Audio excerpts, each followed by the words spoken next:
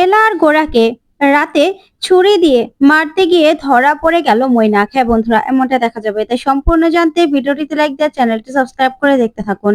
গল্পের শুরুতে দেখা যাবে নেহা চিৎকার করে ওঠে আর বলে, আমাকে মেরে ফেললো, ইঞ্জেকশন দিয়েছে, আমাকে মেরে ফেললো, কেউ আমাকে বাঁচাও। তখন এই বলেই চিৎকার করতে থাকে নেহা। তখন এলা চুপ করে তাকিয়ে থাকে। অন্যদিকে দেখা যাবে নেহার ঠিক করা সেই ছেলেটা বলে, আমার বউ চিৎকার করছে, চলুন, আমার বউকে নিশ্চয়ই মেরে ফেলার চেষ্টা করছে। তখন গোরা বলে, আচ্ছা আপনার বউ তো কোমায় ছিল, তাহলে হঠাৎ করেই এরকম গলা চিৎকার করছে কি করে? তখন তো ছেলেটা ভয় পেয়ে যায়। তারপরেই অফিসার অবাক হয়ে তাকিয়ে থাকে। ওইদিকে রেমো বলে, মনে হচ্ছে নার্সের না ওষুধে কাজ হচ্ছে। তখন নীরা বলে, হ্যাঁ হ্যাঁ, আর একটু ওষুধ পড়লেই না, শুধুমাত্র আমরা নয়, গোটা পাড়া জানতে পারবে, সবাই জানতে পারবে যে ওই মহিলার কেচ্ছা কি। আর পুলিশ গিয়ে জেরা করলে তো কোনো কথাই নেই। তখন সেই ছেলেটা সেখান থেকে পালাতে গেলেই সবাই মিলে ওকে ধরে ফেলে। তখন গোরা বলে, দেখুন, আপনার ওয়াইফ না নিজেই চিৎকার করছে আর সবকিছু সবাই লাইভ দেখছে। তখন তো ছেলেটা ভয় পেয়ে যায়। অন্যদিকে দেখা যাবে এলা নেহাকে বলে, একদম চিৎকার করবে না, শুনে না। তুমি কি ভেবেছো তুমি এইভাবে আমাদেরকে ফাঁসিয়ে দেবে আর আমি সেটা সহ্য করব? তখন এই বলে ইঞ্জেকশন দিতে গেলেই নেহা বলে, কে শুনে না, কি বলছো, আমি এলি না। তখন এলা বলে, ঠিক আছে, তুমি এলি না মেনে নিলাম, কিন্তু তার আগে বলো, এই যে খাবারে বিষের ব্যাপারটা, সব সত্যি বলো, না হলে ইঞ্জেকশন দিয়ে দেবো। তখন নেহা ভয় পেয়ে বলে, হ্যাঁ আমি মিশিয়েছিলাম খাবারে বিষটা, আসলে তোমাদের বদনাম করার চেষ্টা করেছিলাম, আমি ভুল করেছি। তখন এলা সবটা রেকর্ড করতে থাকে। ওইদিকে লাইভে তো সবটা দেখানো হয়। তখনই এলা বলে, কেন, হঠাৎ করে? তুমি ছাড়া আর আমাদের কেউ ক্ষতি করতে পারে না, সেটা আমি আগে থেকেই জানতাম। তুমি যে আমাদের ক্ষতি করবে সেটা তো আমি জানি। তখন নেহার নকল চুলগুলো ফেলে দেয় এলা আর বলে, এবার তুমি কি করবে নেহা? তোমাকে তো আমি হাতে নাতে ধরে ফেলেছি। তখন নেহা আবারও চেষ্টা করে এলার ক্ষতি করার। তখন এলা নেহাকে ঠাসিয়ে একটা চড় মারে আর বলে, শোনো, তোমার মতো শকুনের চোখ যখন আমাদের বাড়িতে পড়েছে না, তখন বুঝতে পেরেছিলাম যে তুমি কিছু একটা করার চেষ্টা করবে। তাই তো তোমাকে হাতে নাতে ধরলাম। তারপরে নেহাকে বাইরে নিয়ে আসে। আর তারপরেই দেখা যাবে গোরা বলে, নেহা, তুমি এতটা নিচে নেমেছো না, এবার তোমার জেলে গিয়েই নিজের পাপ খণ্ডাতে হবে। তারপরেই দেখা যাবে নীরা বলে, লাইভে তো সবাই সবটা দেখেই নিয়েছে, এতক্ষণে সবাই সবটা বুঝেও গেছে যে আমরা কোনো রকম কোনো অন্যায় করিনি, আমাদের খাবারে কোনো রকম কোনো ভেজাল ছিল না। তুমি যে সবকিছু করেছো, এবার তো সবটা জেনেই গেছে সবাই। এবার কি করবে? আর এমন একটা বর জুটিয়েছিলে না, থেকে ওই ছাগলটাকে জুটিয়েছিলে কে জানে। নিউ ইয়র্ক, তারপরেই কের আইফেল টাওয়ার, সবকিছু তো গুলিয়ে ফেলছিল। তখন বিক্রম বলে, হ্যাঁ আমিও তো সেই জন্য ওটাকে জেরা করে দেখছিলাম। তাও যদি কলকাতার নাম বলতো। একদম কি বললো, বিদেশি বউ, বিদেশি বউ নিয়ে এখানে এসেছে, কোনো কিছু তো জানেই না। তখন নেহা চুপ করে থাকে।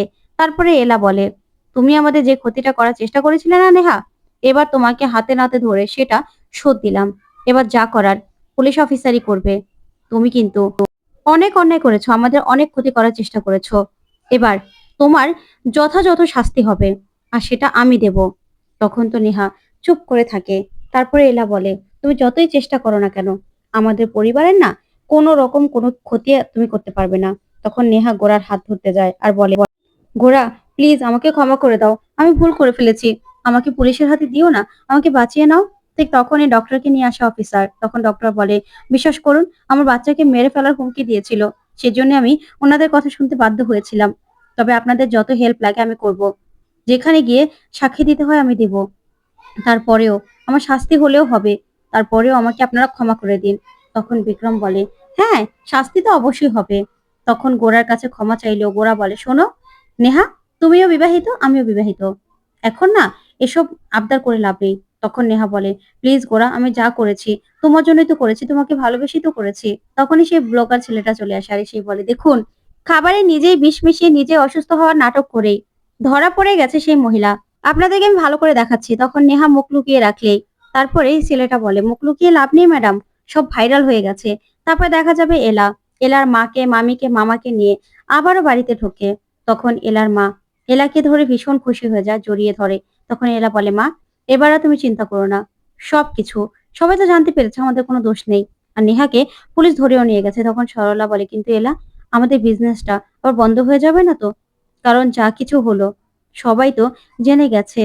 ঠিক তখনই দেখা যাবে সেখানে দুজন গেস্ট এসে হাজির হয় আর তারা দুদিনের জন্য বুক করতে চায়। তখন তো এলা সহ সবাই ভীষণ খুশি হয় আর এলা বলে, হ্যাঁ হ্যাঁ, আছে তো রুম, আসুন না, আপনারা আসুন, এটাই তো, আপনারা ঠিক জায়গায় এসেছেন। তারপরে গেস্টদেরকে রিমুকে দিয়ে ভিতরে পাঠিয়ে দেয় গোরা। তখন এলার মা বলে, এলা মা, আমরা আজকে ভীষণ খুশি। তখন এলা বলে, দেখেছো মা, বলতে না বলতেই দুজন গেস্ট এসে হাজির হয়েছে। তখন এলার মা বলে, এলা, এবার তুই তোর সংসারে ফিরে যা, জামাই তো অনেক কষ্ট করলো তোর সঙ্গে এখানে থেকে। তখন সরলা বলে, হ্যাঁ এলা, আমরা সবটা সামলে নিতে পারবো, তুই চিন্তা করিস না। তখন এলা বলে, কিন্তু সবে তো মাত্র এতগুলো গেস্ট এলো, তোমরা সামলাতে পারবে? তখন সরলা আর এলার মা বলে, হ্যাঁ আমরা সামলাতে পারবো। অন্যদিকে ঠাম্মি এলা বাড়িতে ফিরে আসছে শুনে ভীষণ খুশি আর বলে, যাক, আমাদের ঘরের লোকই বাড়ি ফিরে আসছে, এবার তোমাকে বরণ করতে হবে। আগের বার বরণ না করে যে ভুলটা করেছিলাম, এবারে সেই ভুলটা আমি করব না। তখন আলিয়া সবটা শুনে মনে মনে বলে, এবার নেহার প্ল্যান এবারও ফেল করেছে, ও তো এখন জেলে গিয়ে বসে থাকবে। আর এলা এই বাড়িতে আবার নতুন করে প্রবেশ করবে, আর ঠাম্মি সহ সবাই তো এবার মাথায় তুলে নাচবে। কি যে করবো, কিছুই তো করতে পারছি না।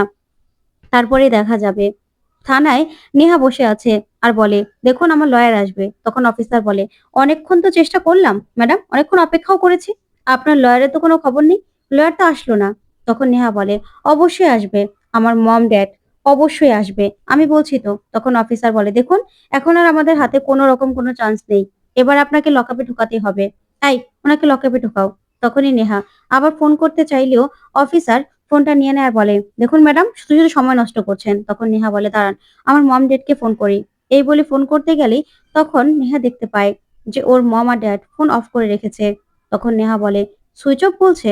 তখন অফিসার বলে, শুনুন, ভিডিওটা না পুরো ভাইরাল হয়ে গেছে, তাই হয়তো আপনার মম ড্যাডও আপনার সঙ্গে জড়াতে চাইছে না, নিজেদের মান সম্মানের কথা ভাবে, তাই না? এত চিন্তা করবেন না, যান যান, জেলের ভিতরে যান। এই, ওনাকে লকআপে ঢুকাও। তারপরে জোর করেই নেহাকে লকআপে ঢুকিয়ে দেয় কনস্টেবল। তখন নেহা বলে, আমার সঙ্গে এটা একদম ভালো করলেন না, আমার মম আর ড্যাড এসে না আপনাদের শিক্ষা দেবে। তারপরে দেখা যাবে এলা আর গোড়াকে বরণ করে ঘরে ঢুকায় ঠাম্মি আর বলে, এসো মা, আমার ঘরের লক্ষ্মী তুমি, এসো। তারপরেই দাদু ভীষণ খুশি। ওইদিকে ঠাম্মি বলে, এলা মা, এবার তোমাকে একটা বড় দায়িত্ব আমি দেব। তখন এলা বলে, কি ঠাম্মি? তখন ঠাম্মি বলে, দেখো, যে দায়িত্বটা আজ পর্যন্ত আমি কাউকে ভরসা করে দিতে পারিনি, তোমার আগেও আরো দুজন বৌমা এসেছে, তাদেরকেও আমি দিতে পারিনি, এখন তোমরা দুই বোন এসেছো, কিন্তু এবার আমি বুঝতে পেরেছি যে এখন সবকিছু দায়িত্ব তোমার হাতে দিয়ে আমি নিশ্চিন্ত হতে পারবো। তুমি আমার সেই বৌমা যে কিনা সবকিছু আগলে রাখতে পারবে। তখন চাবিটা নিয়ে এলার কাছে যায় ঠাম্মি। তখন তো ঐশীর মুখটা একদম ভার হয়ে যায়। তখন এলা বলে, না না ঠাম্মি, আমার এসব চাই না, আমি এসবের ভার বইতে পারবো না। তখন ঠাম্মি বলে, এসবের ভার তুমি না চাইতেও অনেক আগে থেকে বহন করছো, তুমি এই সংসার সবকিছুর জন্য নিজের জীবন দিতে রাজি আছো, তাই আমি বলছি এই সবকিছুর যোগ্য হলে তুমি। তখন এ গোরা বলে, থাক না ঠাম্মি, এসবের কি দরকার আছে? তখন ঠাম্মি বলে, দরকার আছে, আজকে আমার সংসারের সব দায়িত্ব আমি এলামার হাতে তুলে দিলাম। এই বলেই সংসারের চাবিটা এলার হাতে তুলে দেয়। তখন ঐশী ভীষণ রেগে যায় আর মনে মনে বলে, দিদি ভাই, সবকিছু তুই হাতিয়ে নিলি তো, আর আমি কিচ্ছু পেলাম না, সেই ডাবল গোল তুই দিলি, আমার না ভালো লাগছে না। তখন ঠাম্মি বলে, এবার আমার ছুটি। তখন এলা বলে, না ঠাম্মি, তোমার ছুটি নেই, তুমি এখানেই থাকবে, আমাদের সবার সঙ্গে থাকবে। তখন এই বলে এলাকে জড়িয়ে ধরে ঠাম্মি। তারপরে দেখা যাবে এলা আর গোরাকে ঘরে নিয়ে যায় রিমু আর ক্রিস। তখন ঘর সাজানো দেখেই এলা বলে, ঘরটাতে সেই সেরকমই আছে। তখন ক্রিস বলে, হ্যাঁ, এই ঘরে না কাউকে আমরা ঢুকতে দেইনি, কাউকে হাতও দিতে দেইনি, কারণ তোমাদের বিয়েটা হলেও ফুলসজ্জা তো হয়নি, তাই সেটা যেন একই রকম থাকে, সেই জন্য সবকিছু আবার সাজিয়ে গুছিয়ে আমি সুন্দর করে রেখেছি। তারপরে কিরিশ আর রিমু বলে, আজকে তো আমরা সারা রাত গল্প করব। তখন গোরা বলে, না না, আমরা খুব ক্লান্ত, এবার তোরা যা, আমরা এখন ঘুমোবো।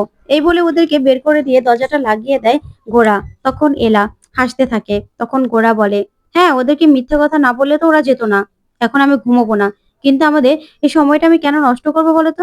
তখন গোরা গোরা আর এলা বিছানায় যায়। তখন এলাকে বলে, নাও, এবার চোখটা বন্ধ করুন তো। তখন এলা বলে, চোখ বন্ধ করবো কেন? তখন গোরা বলে, করুন না, দরকার আছে। তারপরে এলা চোখ বন্ধ করে বসলেই তারপরেই গোরা একটা ফুল বের করে। তখন ফুলটা এলার সামনে রাখে। তখন তো এলা ফুলটা দেখে ভীষণ খুশি হয়। তারপরে গোরা বলে, এবার চোখটা খুলুন। তারপরেই দেখা যাবে গোরা বলে, এতদিন ধরে যে কথাটা আপনাকে আমি বলতে পারিনি সেই কথাটা আমি এখন বলবো। আমি আপনাকে এই বলে আবারও গোরা কিছুতেই বলতে পারে না। তখন গোরা বলে, দূর, এত প্র্যাকটিস করলাম তারপরেও কথাটা মুখ থেকে কিছুতেই বেরোচ্ছে না। তখনই এলা নিজেই বলে, ভালোবাসি, তাই তো? আপনি আমাকে ভালোবাসেন। তখন গোরা বলে, হ্যাঁ, আমি অনেক ভালোবাসি আপনাকে। আমি সারা জীবনের জন্য নিজের করে নিতে চাই। তখনই দেখা যাবে মৈনাক বাড়িতে আসে আর এসেই বলে, এলা আর গোরা, তোমরা কি ভেবেছো মৈনাক তোমাদের জীবন থেকে চলে গেছে? না, তোমাকে আর এলাকে এবার শায়েস্তা করার জন্যই মৈনাক ফিরে এসেছে। আমার বাবাকে যেমন মেরে ফেলেছিল গোরার বাবা, এবার গোরাকেও আমি শেষ করে দেব। এই বলে ছুরি নিয়ে এলা আর গোরার ঘরে যায় মৈনাক। তখনই এলা চোখ খুলে চিৎকার করে ওঠে। তো বন্ধুরা, কেমন লাগলো আজকের আপডেট? কমেন্ট করে জানাও। ধন্যবাদ।